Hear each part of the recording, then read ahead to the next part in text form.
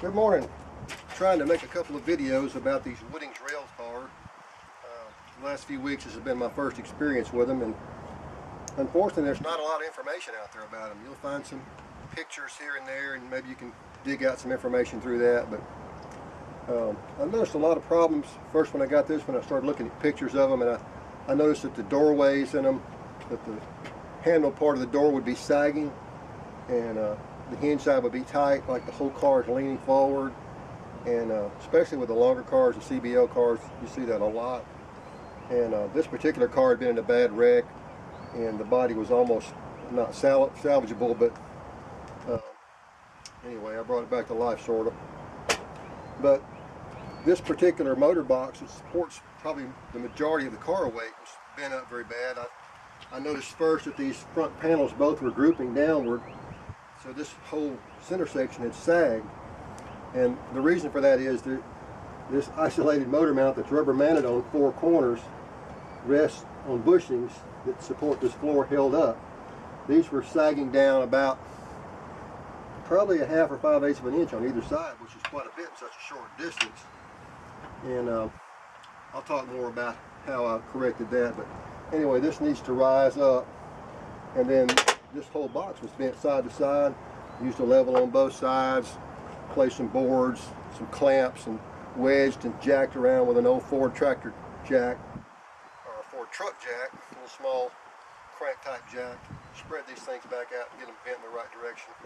Even used some ratchet straps. I had to use what I had, but I got it straight now in all directions. This brace looks like it really does a lot, but since this is all aluminum, as this wears and pulls forward and backwards, these holes will wallow out, and the whole thing can go forward.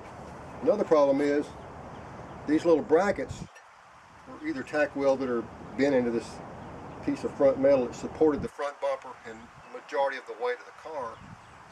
These are always broken off, and so I made some steel brackets that have some adjustment and some sliding. Then I put the body on the car temporarily with a lot of clamps and adjusted it, tried the doors and got it where the doors were properly lined up, and then drill the holes, leaving some slack for a few shims, and to get everything just right. So today I'm going to put the body back on there. So this is kind of a rushed video, just trying to make a few notes for things to look at if you run across a Woodings that has some issues. I think a lot of times without taking the whole car apart, you probably could get inside there, drill out these holes or cut that off and make a metal bracket or remake an aluminum bracket, whatever you have, and then get the body shifted where it needs to be. They usually need to go up, sometimes back. This one was bent forward on one side and backwards on the other. Apparently this car that I have had been rolled over. The top was covered with road rash, and the windshield frames were all cracked and broken. But anyway, once this is all back in line, then you can kind of start trying to get the body back on. So as I do that today, I may make another video.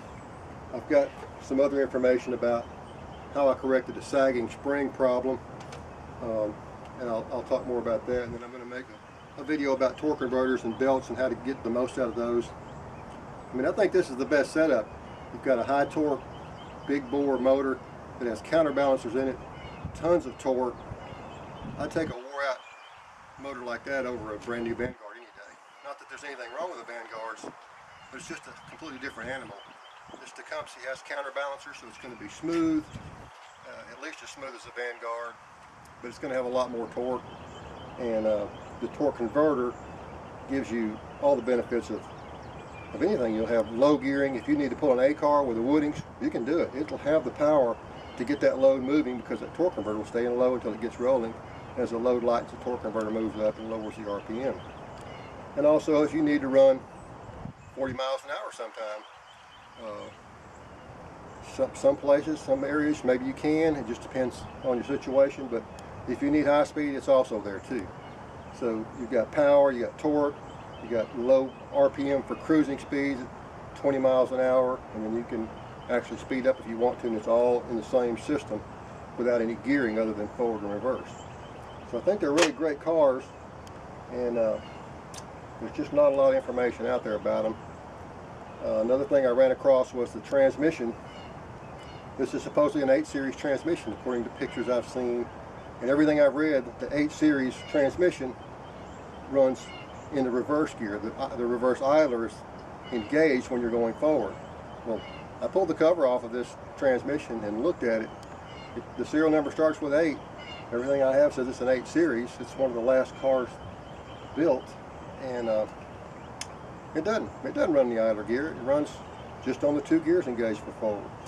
So that whole reverse rear end thing needs some reevaluation on that before you start thinking you need to flip your rear end. You can pull those 6 bolts out of the top of that transmission, turn the transmission over in the direction that the motor rotates. From that end, it's counterclockwise, looking down from the cab. But we'll talk more about those some other time. Anyway, I hope this helps. If you have any questions, you can put them in the comments, or you can find my number in the Norcoa roster, and I'll be glad to talk to you if you call me or email me. Anyway, thanks for watching.